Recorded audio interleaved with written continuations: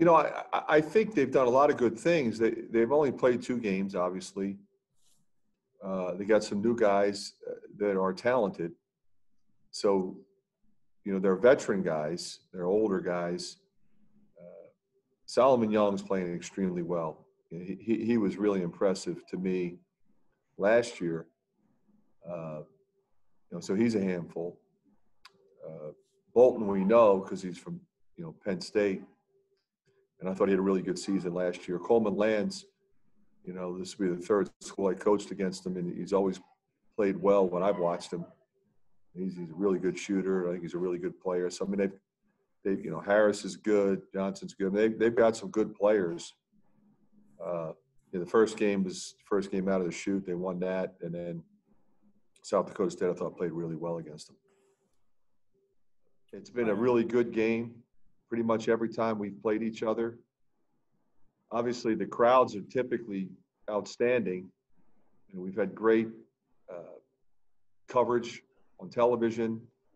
It's a rivalry game. But I think the expectation, from both administrations, from both coaching staffs, okay, all right, we're playing 27 and not 31, but, that's one of the games we're going to play. You won't play as many of those other games where you're trying to find one to plug here, plug there. You're going to play Iowa State. You're going to play the challenge. We had an MTE plan the way we did.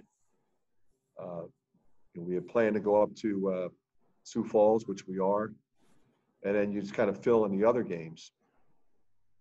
So, I just think it was more, just an expectation. It wasn't like we thought about, wait, we have to play this game. It was like, we're going to play the game. We play it every year.